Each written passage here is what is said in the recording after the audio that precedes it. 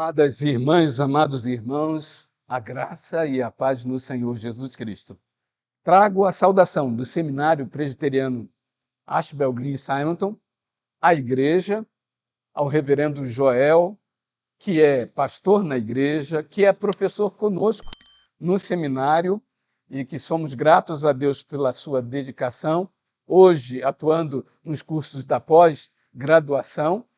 Também a nossa saudação ao Conselho da Igreja e a todos os irmãos e irmãs membros dessa igreja, nesse dia em que nós, na Igreja Presbiteriana do Brasil, agradecemos ao Senhor pelo seminarista, tendo-o como dia do seminarista.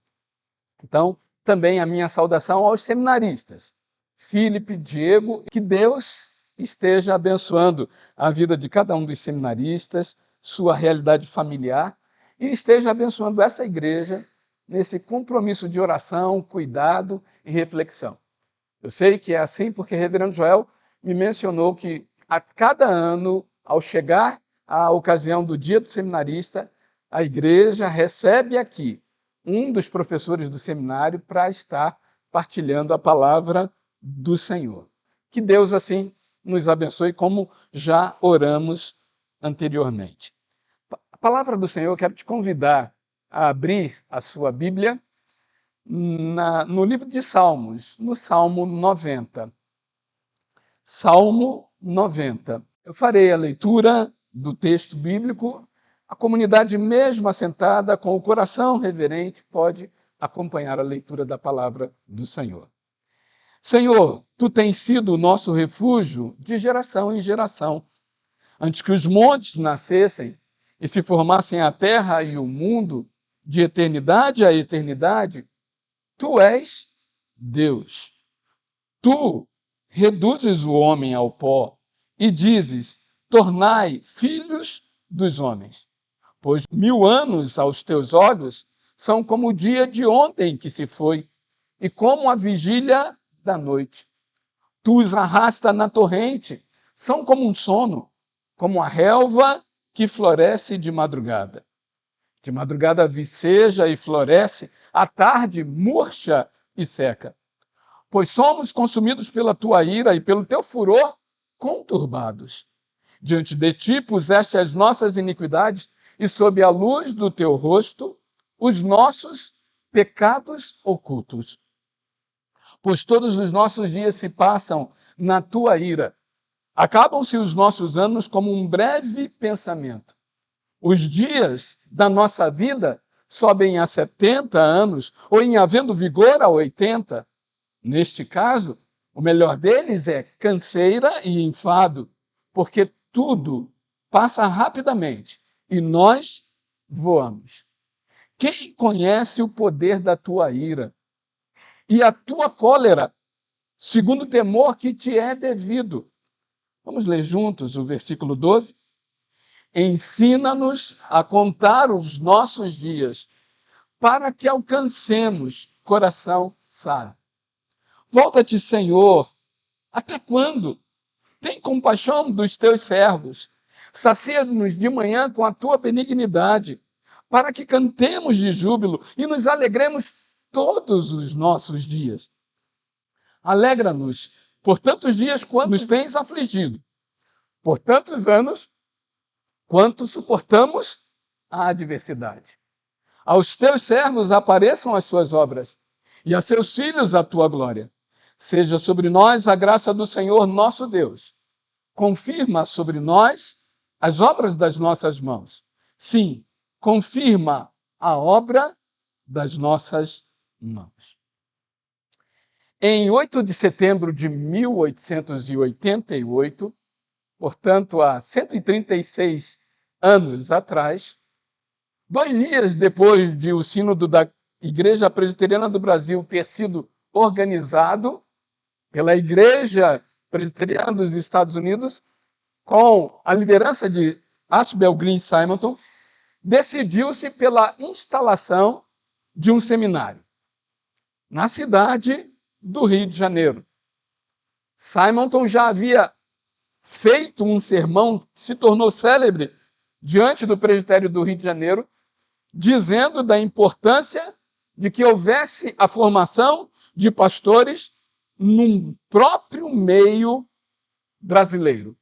E assim se voltou a atenção para se ter o seminário. As instalações do seminário físicas foram no centro da cidade do Rio de Janeiro, onde hoje está instalado o Corpo de Bombeiros, o quartel central do Corpo de Bombeiros, sendo que uma das fachadas é a fachada ainda de onde funcionou o seminário iniciado por Simonton em 1888. Após isso, o seminário permaneceu ainda ativo no Rio de Janeiro por algum tempo, até um pouco tempo, por conta do falecimento de Simonton. E após isso, o seminário foi para Nova Friburgo, ficando um pouquíssimo tempo em Nova Friburgo, e depois sendo transferido para São Paulo, até ser instalado onde hoje é o Seminário Presbiteriano do Sul, em Campinas, na Avenida Brasil, no bairro Jardim Guanabara. Eu sei esses detalhes por ter estudado ali nos anos de 82 a 85.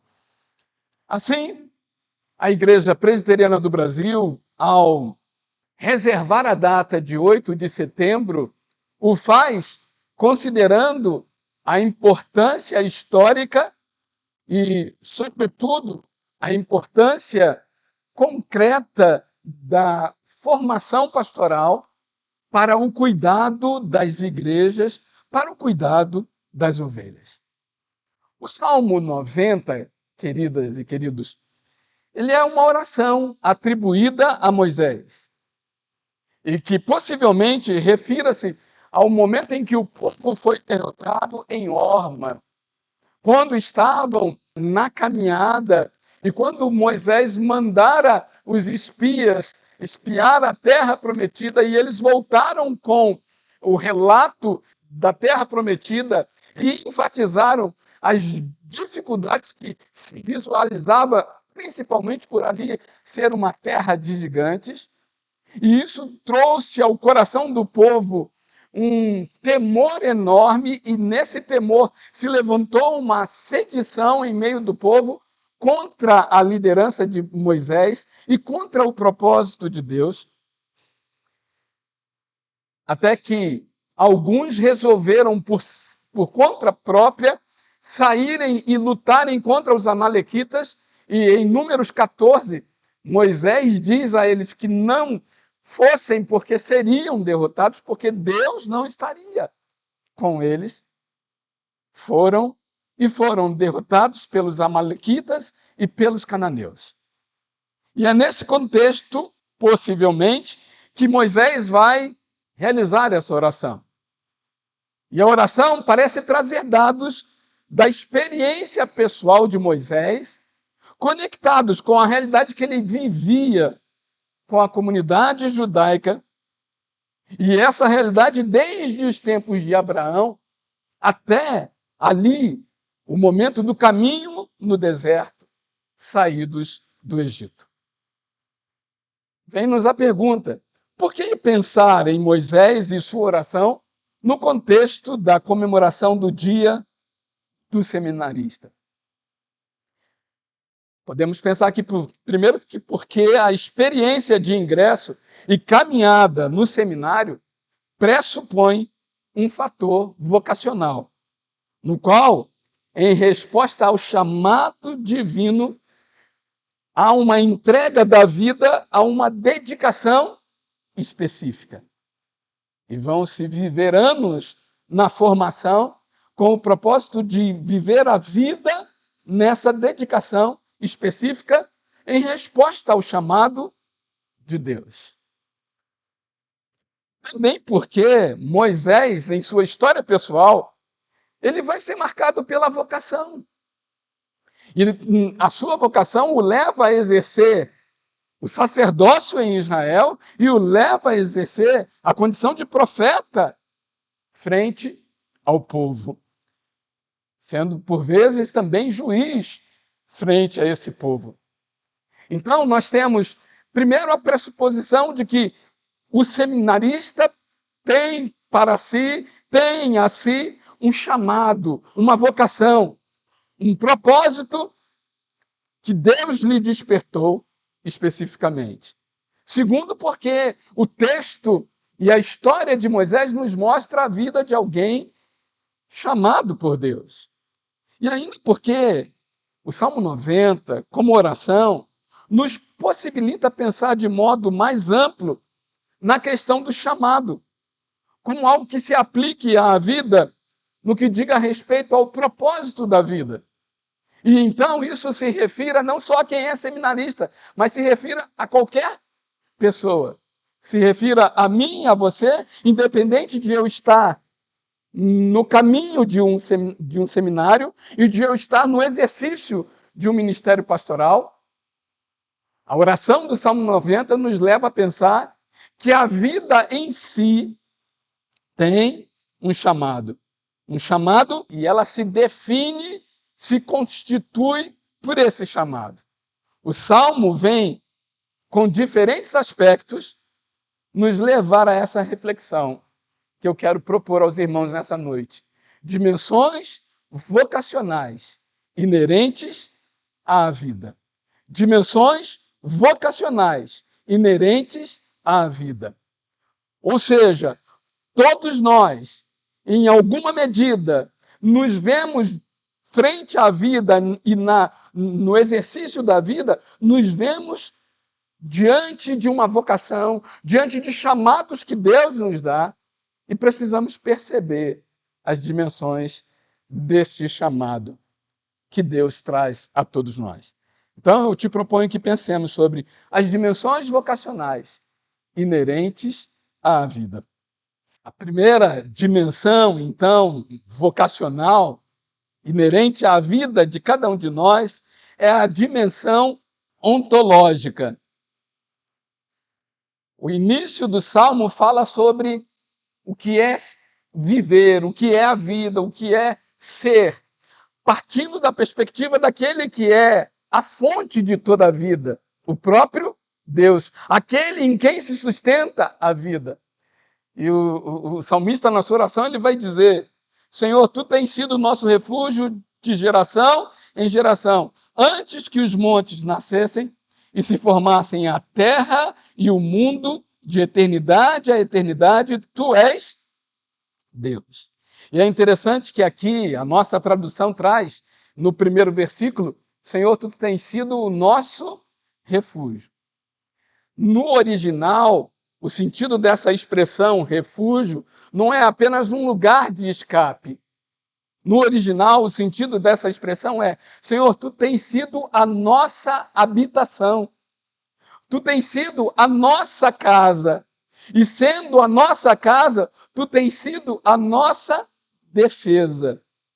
Ou seja, Senhor, existir, viver, ser, se dá em ti, porque nós só somos quando habitamos em ti, quando vivemos em comunhão contigo. É a ideia aqui do salmista. Nele temos a nossa habitação, a nossa casa, a nossa defesa ao longo do caminho de nossa existência. E ainda, existir aqui é deparar-se com um contraste. Veja o versículo 2.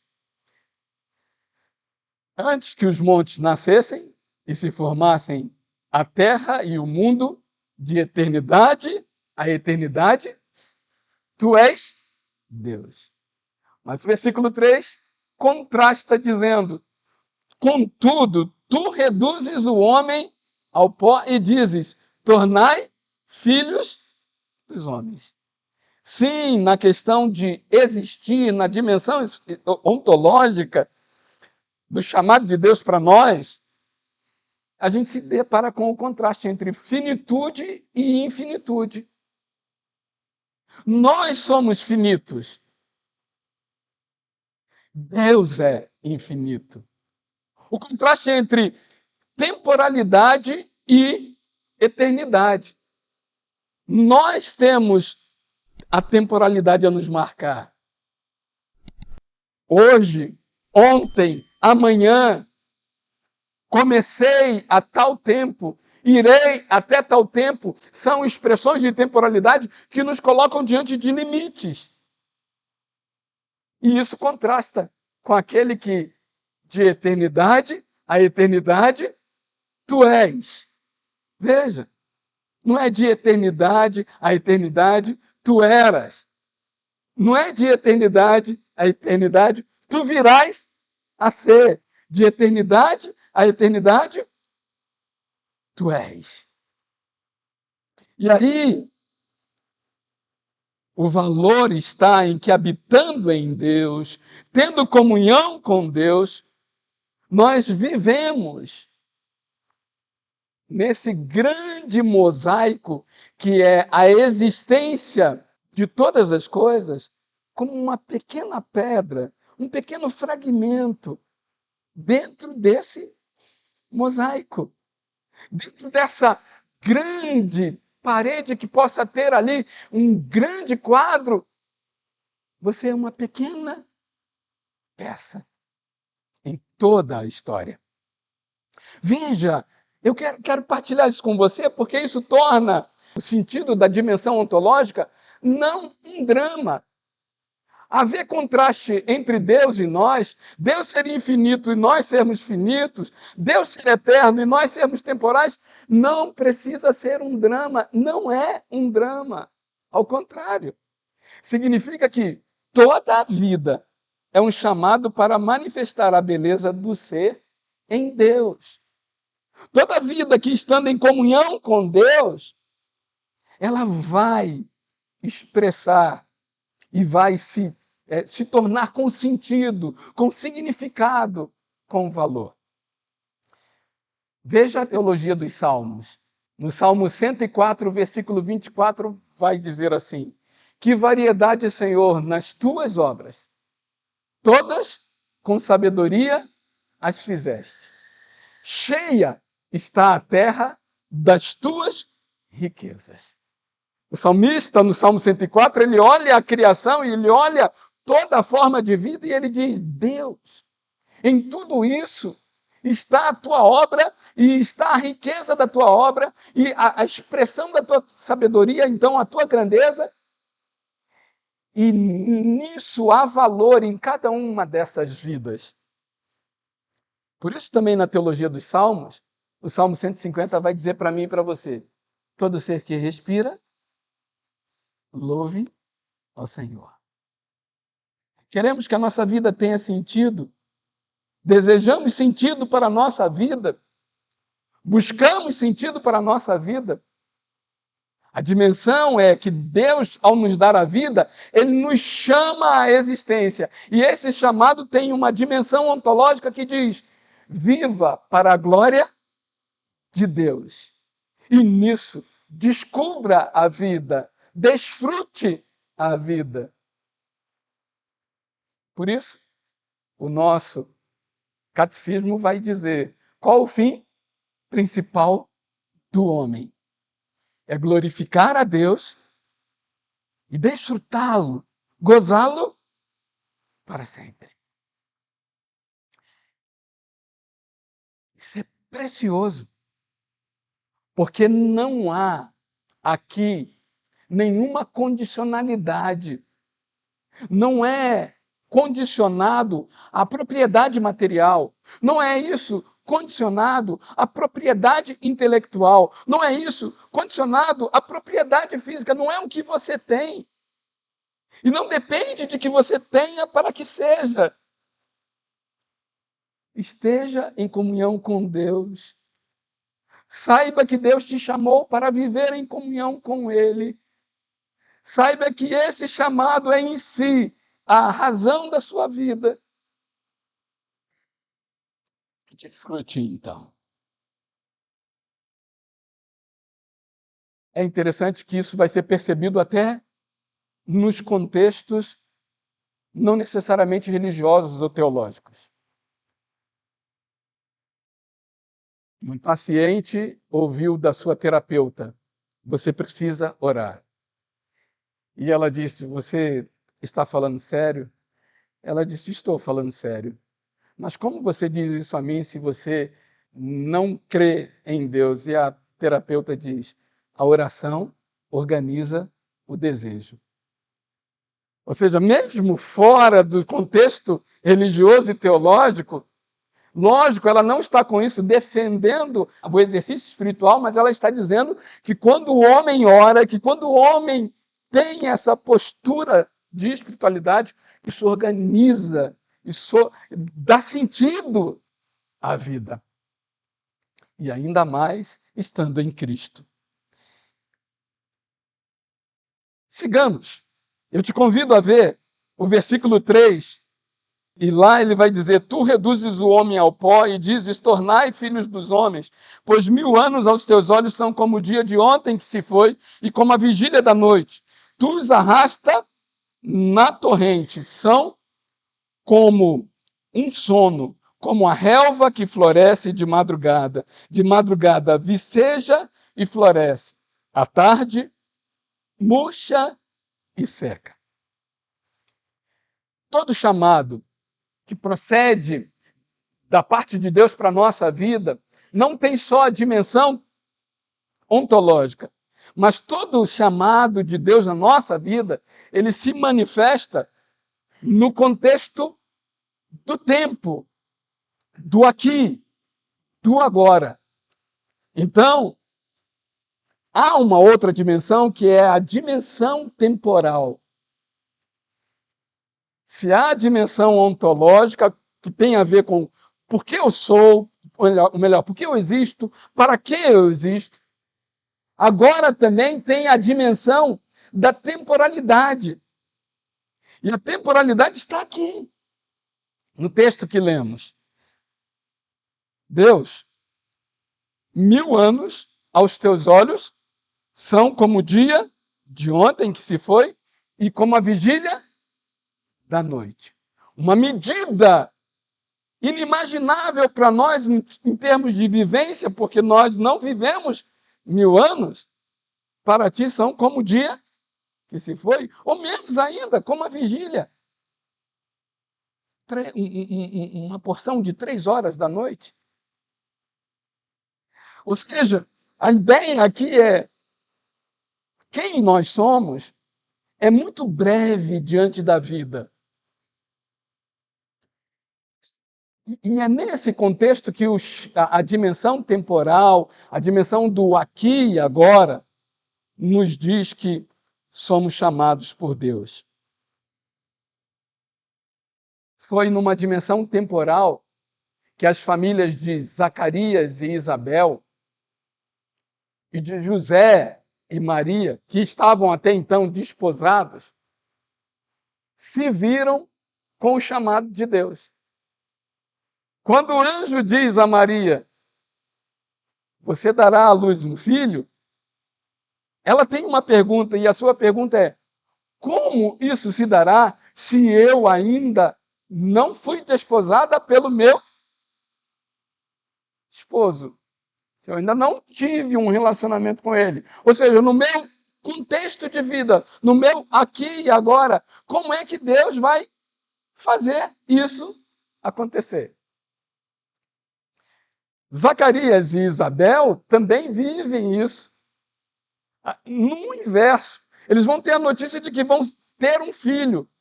E vão ter essa notícia quando eles já estão avançados em dias. E ter essa notícia sendo que, até então, Isabel era estéril. A ponto de Zacarias dizer assim: como que isso vai acontecer? A temporalidade significa que Deus que nos chama à vida, nos coloca diante do nosso dia a dia e quer manifestar o seu chamado por meio do nosso dia a dia. E esse era o drama da existência de Moisés. Quando ele diz: Deus, tu dizes aos homens, tornai filhos dos homens, ou seja, voltem, parem, vocês estão diante do limite. Ou 1000 anos são aos seus olhos como o dia de ontem. Parece que Moisés está olhando lá para trás na sua própria história.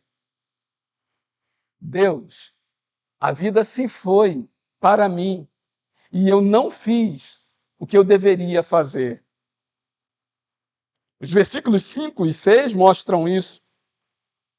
A ideia de as coisas acontecerem e passarem rapidamente provoca Moisés como se ele dissesse assim: a vida se apresentou e eu não fui capaz de realizar as coisas que as pessoas esperavam de mim ao longo da vida. Para entender isso, será necessário que você leia em casa Êxodo 3, Êxodo 4. Veja os primeiros capítulos de Êxodo e você verá que Moisés vai ser provocado por ter tentado tomar a liderança sobre o povo e por ter matado um homem e ter que fugir por causa de matar um homem. Então, agora no Salmo, é como se ele olhasse para a própria vida e dissesse: Deus, eu tive a vida diante de mim e eu não fui capaz de vivê-la da melhor maneira. A vida me reclamou respostas e eu errei, e eu pequei. Nós aqui na confissão, no momento de contrição, fomos chamados a reconhecermos que no nosso dia a dia há tantos pontos de rebeldia para com a vontade de Deus na nossa vida. E é aí, no que somos, no nosso dia a dia, nessa vida que temos, e a única vida que temos, que Deus nos dá o chamado com a sua dimensão temporal. O chamado de Deus não é para quando for perfeita a sua vida. O chamado de Deus não é para se você tivesse aproveitado o tempo perfeito da sua vida. O chamado de Deus é hoje, aqui, agora, por meio da sua história, eu quero manifestar a minha presença e a minha vida através de você. Só que a vida é dramática nesse sentido. Veja os versículos 7 a 9. Somos consumidos pela tua ira e pelo teu furor conturbados. Diante de ti puseste as nossas iniquidades e sob a luz do teu rosto os nossos pecados ocultos. Todos os nossos dias se passam na tua ira. Acabam-se os nossos anos como um breve pensamento. A vida é breve. E muitas vezes, porque a vida é breve, nós vivemos o drama de achar que me faltou mais tempo.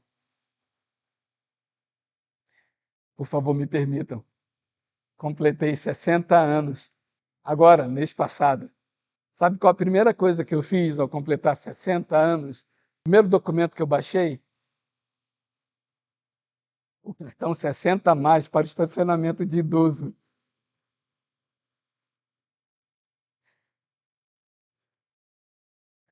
Agora eu posso estacionar na vaga do idoso, né?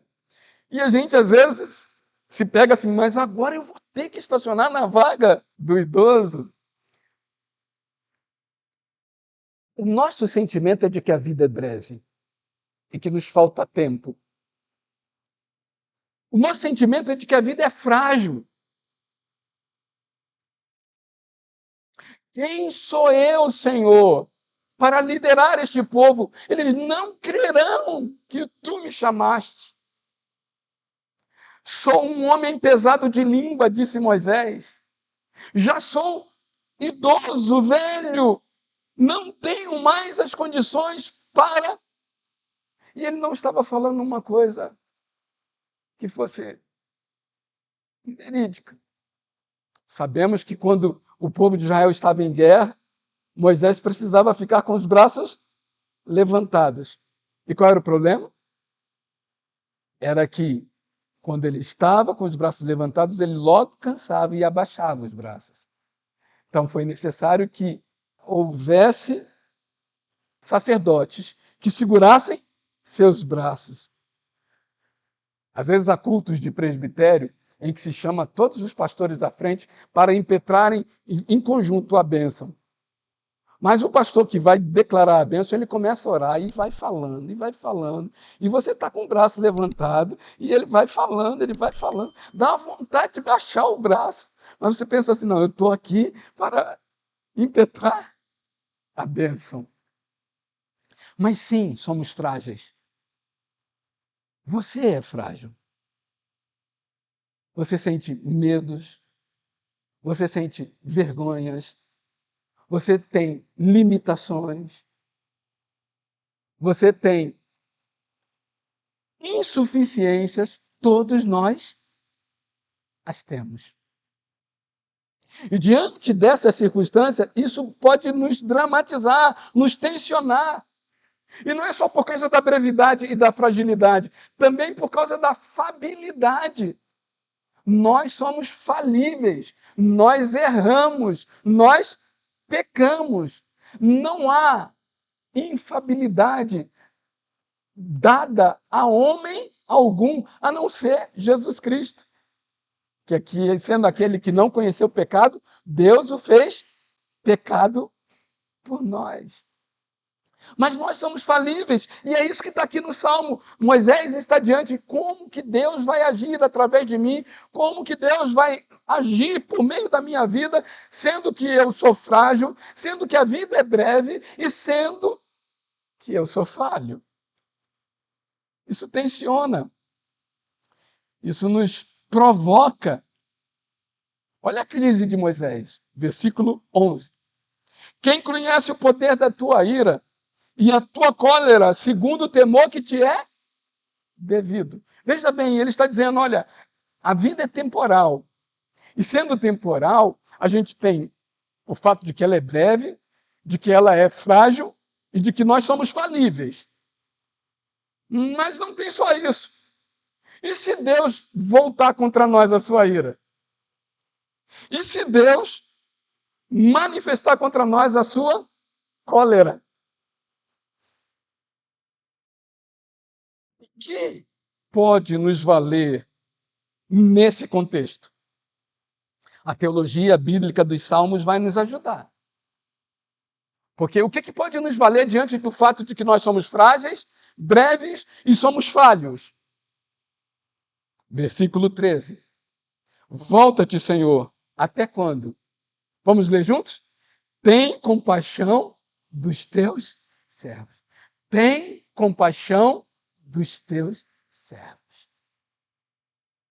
O que pode nos valer diante do fato de que somos frágeis, de que somos falhos e de que somos breves, e isso está no nosso dia a dia, é que o chamado de Deus é sustentado pela sua compaixão. O chamado de Deus é sustentado pelo seu coração compassivo e não por nosso merecimento. Isso não nos dá o direito de dizermos assim, então eu vou ficar no contexto do erro, porque Paulo vai dizer assim, não é porque onde abundou o pecado, superabundou a graça, que nós vamos pecar ainda mais. Não é assim, não vamos voltar àquilo de que fomos tirados. Mas veja, isso aqui é precioso. Porque talvez no meu dia a dia, no seu dia a dia, você tenha a indagação como Deus pode agir através de mim, como Deus pode usar a minha vida, se eu tenho as minhas limitações, se eu tenho as minhas falhas, se a vida é breve para mim. Por meio da compaixão do Senhor. A teologia dos Salmos nos ajuda. O Salmo 103, no versículos 3 e 4, vem nos dizer, perdoa todas as tuas iniquidades. Quem sara todas as tuas enfermidades. Quem da cova redime a tua vida e te coroa de graça e misericórdia. Sim, somos falíveis, somos breves, somos frágeis, mas Deus é quem perdoa. Deus é quem sara. Deus é quem redime. Deus é quem coroa o nosso ser de graça e de misericórdia. Razão pela qual podemos dizer como o salmista, bendize, ó minha alma, ao Senhor. Veja, a realidade temporal nos leva, através da graça de Deus, a realidade ontológica. Ou seja, se eu tenho dramas do meu dia a dia, porque eu sou imperfeito, porque eu sou falho, porque eu sou frágil, porque eu sou passageiro, é na graça de Deus que eu sou sustentado e isso me conecta com o propósito que Deus tem para o meu viver, para quem eu sou. Para mim e para você. Essa graça é restauradora, compassiva, é acolhedora. O salmista diz no Salmo 32, enquanto eu calei os meus pecados, envelheceram os meus ossos pelos meus constantes gemidos. Confessei-te o meu pecado e a minha iniquidade não mais ocultei. E tu fizeste o quê? Agora você está aí confessando os pecados. Porque geralmente é assim que a gente faz, né? Nas relações nossas. Agora vem aí de coraçãozinho quebrantado dizer que errou. E tu perdoaste a iniquidade do meu pecado. Por isso, todo homem piedoso te encontrará quando fizer súplicas. Pela graça de Deus, a minha vida, a sua vida, a minha história, a sua história, os amarrotados de nossa existência. Eu passei a primeira vez a camisa que eu estou usando aqui. A esposa disse assim, não, daqui que eu vou passar de novo. Trouxemos no cabide, a camisa caiu no carro.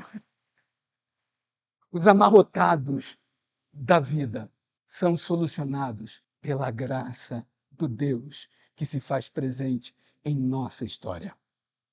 Mas eu quero te chamar a atenção para um outro ponto ainda. Porque se há uma dimensão ontológica, se há uma dimensão temporal, e essa dimensão temporal nos coloca diante do drama, qual o versículo que nós lemos juntos aqui na leitura para a meditação?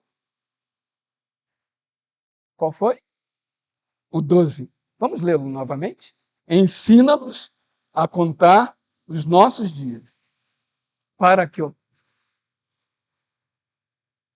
oração ganhe um outro contorno. Não é pedido infinitude. Não é infinitude que se deve buscar. Deus nos fez humanos.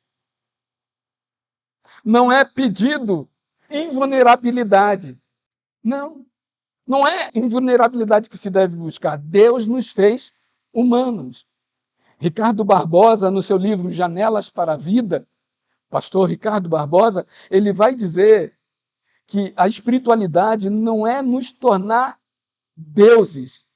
A espiritualidade é sermos plenamente humanos naquilo que Deus fez-nos para sermos. Então não é anular a nossa finitude e não é anular a nossa vulnerabilidade. O que é, então? É a terceira dimensão, a dimensão sapiencial. É buscar sabedoria. Em meio à finitude e em meio às vulnerabilidades, somos chamados à sabedoria. Essa é a oração. Ensina-nos a contar os nossos dias, de tal maneira que alcancemos coração sábio. Nas práticas dos frequentadores do AA, existe uma máxima para eles. Eles usam a expressão só por hoje. E essa expressão é usada para dizer, procure ficar sem uso daquilo que é a sua dependência só por hoje. Porque se você disser para você mesmo, a vida inteira eu não vou mais fazer, isso ganha uma dimensão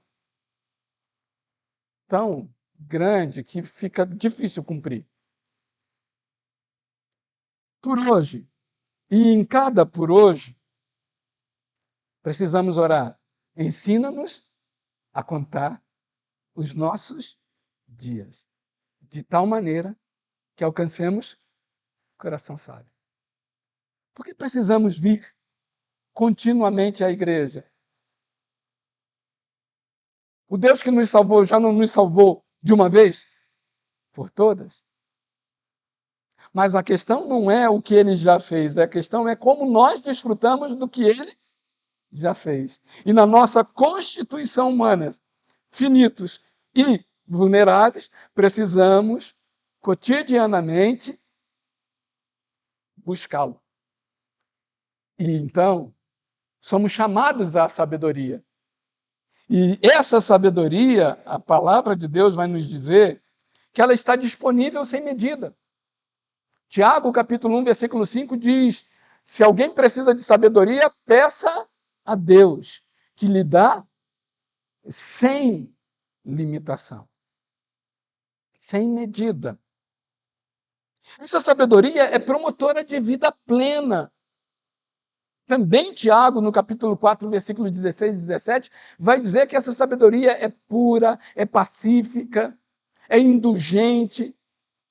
Ela vai marcando a nossa vida, vai transformando a nossa vida, vai trabalhando em nossa vida. Essa sabedoria, ela é possível a todos, porque ela não decorre novamente do que é propriedade material, intelectual ou física. Ela decorre da comunhão com Deus. Nem olhos viram, nem ouvidos ouviram, nem jamais penetrou em coração humano o que Deus tem preparado para aqueles que o amam. E isso não é só para a eternidade, porque Paulo vai dizer assim: mas Deus nolo tem revelado pelo Espírito. Ou seja, não é só quando estivermos na eternidade, mas no nosso dia a dia podemos desfrutar do que Deus tem preparado para o nosso viver. E, por favor, não leve isso para teologias impróprias, que trabalham a ideia da prosperidade, que trabalham a ideia de um Deus que simplesmente prova que está conosco porque nos torna dono de todas as coisas. Não, não é isso que eu estou dizendo. Mas eu estou dizendo que no nosso dia a dia podemos desfrutar do caminhar com Deus e de Deus agindo em nós, porque Deus age em nós pelo seu Espírito. Hebreus, capítulo 11, versículos 26 e 27, vai dizer que Moisés abriu mão das riquezas do Egito por considerar os opróbrios de Cristo superiores às riquezas do Egito. Mas Moisés não estava no tempo e no espaço diante de Jesus, a não ser que pela fé estivesse contemplando, como nós, hoje, pela fé, olhamos para Cristo e podemos ter a sabedoria dele. Para finalizarmos, que aplicações podemos tomar dessas dimensões do chamado, da dimensão ontológica, da dimensão temporal, da dimensão sapiencial?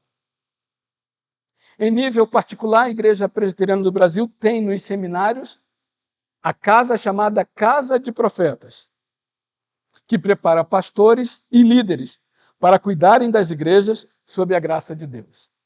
E o Seminário Presbiteriano do Rio faz parte desses lugares que têm esse objetivo. E há muitos meios para você estar conosco. E um deles é orando pela vida dos seminaristas.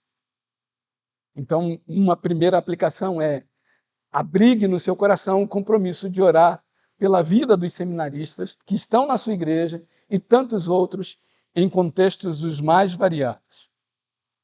Mas em nível geral, e é isso que eu quero destacar na pregação que trouxe nessa noite, em nível geral, Deus, em sua graça e amor, chama homens e mulheres para que, por meio de suas vidas, manifestem às pessoas, às gentes, às vidas em tantos e quaisquer lugares, o pastoreio que se vive quando se vive em Deus.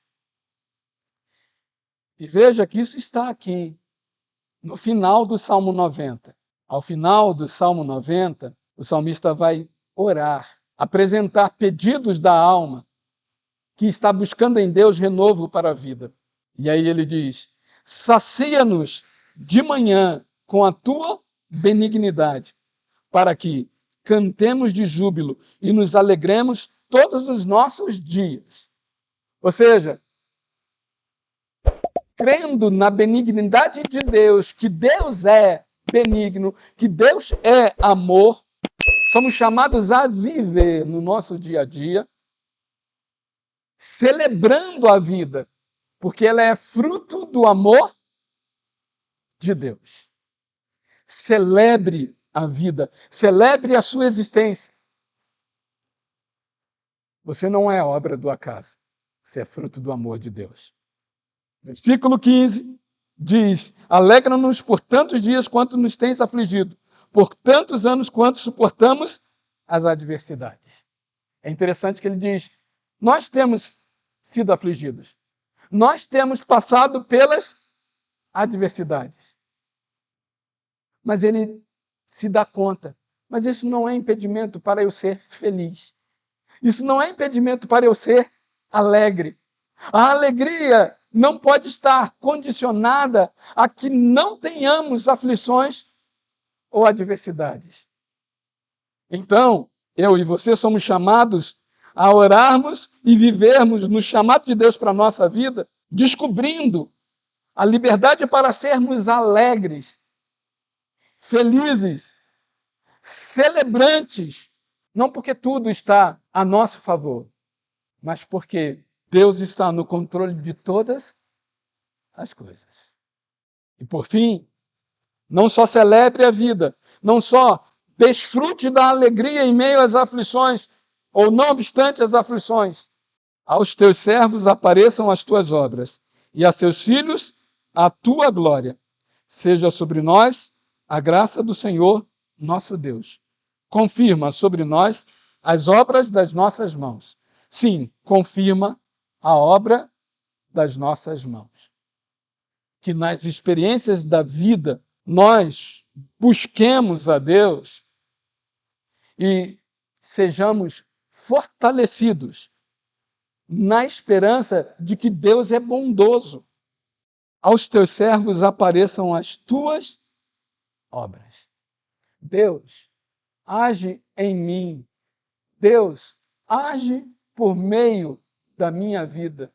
Deus, manifesta a tua presença onde eu esteja, por tua graça, por tua bondade. Daí, o chamado é para todos nós. E a oração finda dizendo: seja sobre nós a graça do Senhor, nosso Deus. Confirma a obra das nossas mãos. Aos 16 anos de vida, eu me vi surpreso com um despertamento para desejar ir para o seminário. Surpreso, amedrontado, fiquei quieto, até que um dia minha mãe me chamou e disse assim: meu pai já tinha falecido e minha mãe disse a mim: você está terminando o ensino médio, eu não estou vendo você falar em vestibular, em que você quer procurar para estudar, eu quero saber o que você quer fazer da vida. E aí, mãe, eu estou, sabe, eu estou pensando em ir para o seminário. Ela não falou nada comigo, porque no domingo seguinte, o meu pastor, o reverendo Jalmar Sattler, me chamou e disse: quero conversar com você após a escola dominical. Você já sabe como eu fiquei, né? Pensei em tantas coisas que eu tivesse feito. E ele passava e dizia assim: quem não deve, não teme. E aí ele disse assim: sua mãe falou comigo que você está considerando ir para o seminário. Diante disso, nós vamos assumir um compromisso de orar, de estudar a Bíblia juntos. E se prepare, que você vai pregar aqui na igreja.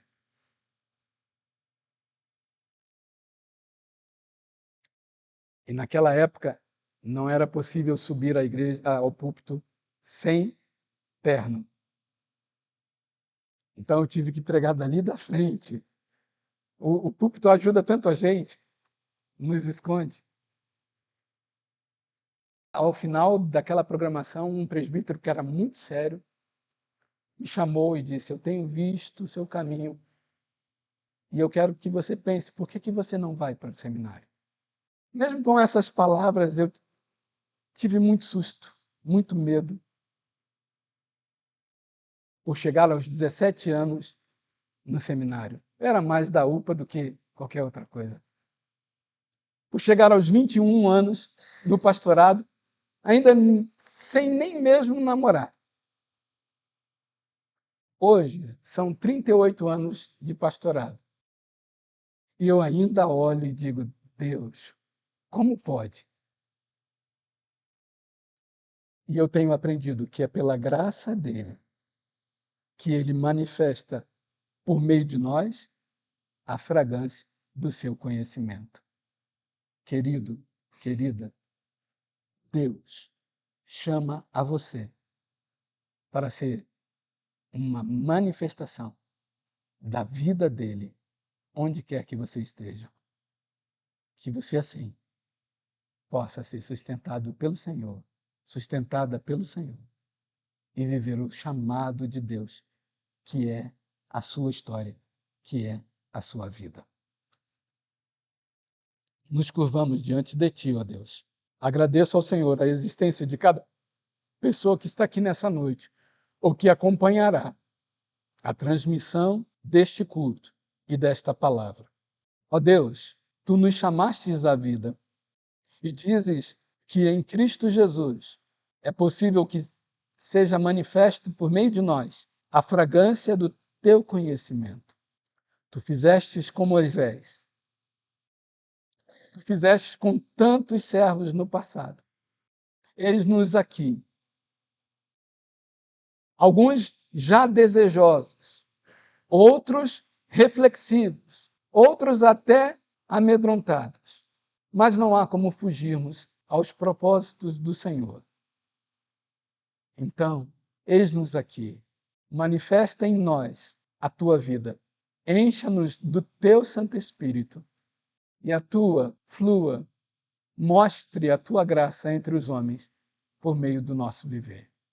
Abençoa os seminaristas dessa igreja, aos seminaristas todos que estão se preparando para servirem ao Senhor, a todos que atuam nas casas chamadas seminário. Mas dá-nos, como igreja, a todos nós, a consciência do teu chamado e a obediência ao teu chamado, vivendo em comunhão contigo e assim manifestando a tua luz, sendo sal entre os homens. Eu oro em nome de Jesus. Amém.